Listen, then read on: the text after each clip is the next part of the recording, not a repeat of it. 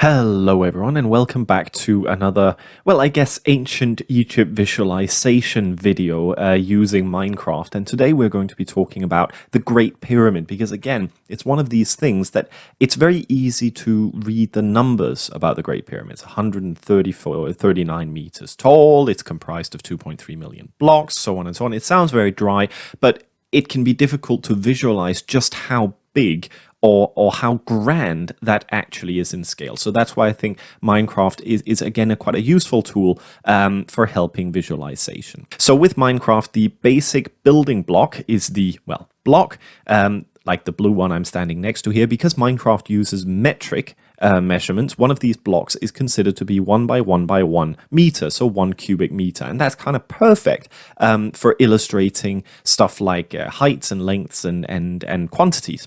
So we're going to start with a demonstration of how tall 139 meters actually is. So we're up here on top of the Great Pyramid. It's just a platform in the sky because I didn't have 4 days to actually build the pyramid entirely to scale.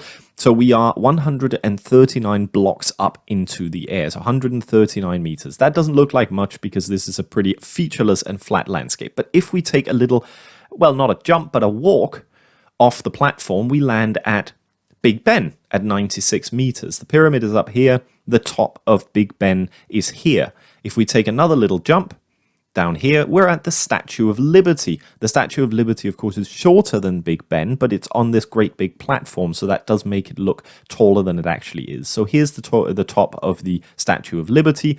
That's Big Ben, and somewhere up there is the top of the Great Pyramid of Khufu at Giza. Now we're going to take a fairly long step off the edge, and we land at the, well, pinnacle, I guess, of the Colosseum, which is 48 meters. You can see we can't really see the Great Pyramids anymore. It's basically vanished into the air. And for the final little step, we're taking again a pretty long step down towards the ground.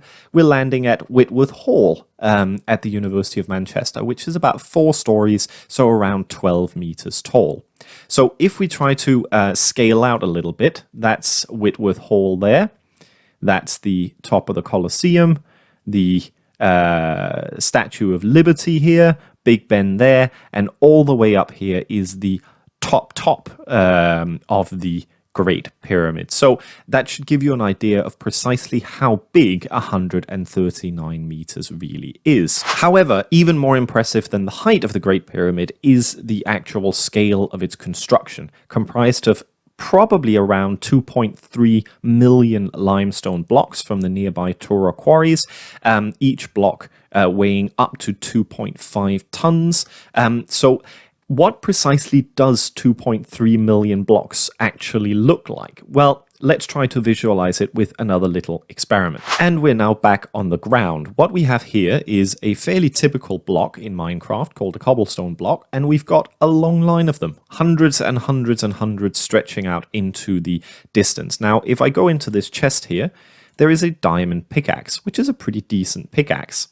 And if I equip that and use that to break a block, you can see it takes me about 0.4 seconds to break one of these blocks. So if I just keep breaking blocks, keep moving forwards, it's going pretty quickly. To give you an idea of how many blocks 2.3 million blocks actually is, I would need to do this non-stop without any break for 15,333 minutes to have broken 2.3 million blocks. That is 10.65 days.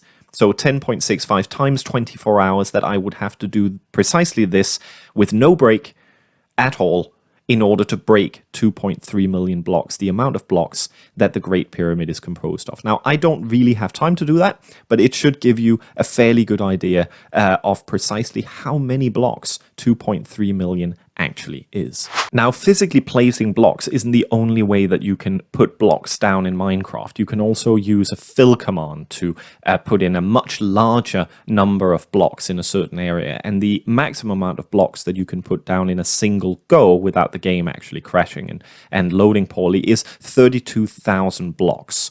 So I've done that. I've put down 32,000 blocks, and we're going to have a look at what 32,000 blocks actually looks like. So it's going to be best to do this from the air. So this gigantic square here is 32,000 blocks, and I've destroyed one of the blocks in the middle there, that little black spot there, so you can see what one block looks like, and that is what 32,000 blocks looks like. Now, these 32,000 blocks, if we envisage each of those as one of the blocks used in the Great Pyramids, they constitute 1.4% of all the blocks used. This entire square here is only 1.4% of the blocks used to construct the Great Pyramid.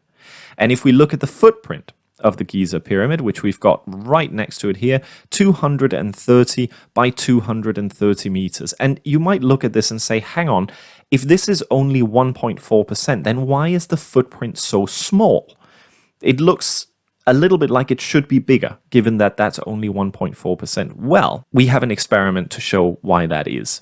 So I've constructed my own mini pyramid next to the much greater pyramid. The size is kind of inconsequential here because the principle remains the same. And the principle is that pyramids are really, really bottom-heavy constructions. Most of the blocks go into the lower layers. So even though this footprint looks quite small, because you only go up by a little bit each time, you actually end up using a humongous quantity of blocks even before you've reached half the height of the pyramid. So this pyramid is 20 by 20 blocks, then 18 by 18, 16 by 16, 14 by 14, 12 by 12, 10 by 10, 8 by 8, 6 by 6, 4 by 4, and 2 by 2. Now, by rights, there should be a single one up here, but the game won't allow me to place that. So, all in all, if we look at the actual numbers, we've got 1,540 blocks in this pyramid here. And the bottom two layers, which are the ones that are 20 by 20 and 18 by 18, comprising 724 blocks, is actually around 47% of all the blocks used in the entire construction. So nearly half of all the blocks used will be used only in the bottom two layers. The entire top here is just over half of the blocks used. That also explains why when the pyramids that they're so tall, the majority of the blocks are not actually the ones being transported the largest distance. The majority of the blocks are within the bottom half of the pyramid, actually within the bottom 20% of the pyramid. It's only a relatively smaller amount, and I say relatively here, but it's a minority of blocks that have to go into the higher, the upper layers, the higher levels of the pyramid. So I hope that that's helped you visualize the Great Pyramid a little bit better. It can be very difficult if you've never visited it, and it can be quite difficult for me to just show you some pictures and give you some facts and figures, because it is truly an astounding construction. It's an immense achievement architecturally and organizationally, and you can't, I think, quite understand it until you actually see it in person. I've seen it many, many times, and I still don't quite get it. Every time I come to Giza, I'm sort of surprised all over again. But I'm hoping that this will help you visualize some of the facts and figures about the Great Pyramid a little bit easier.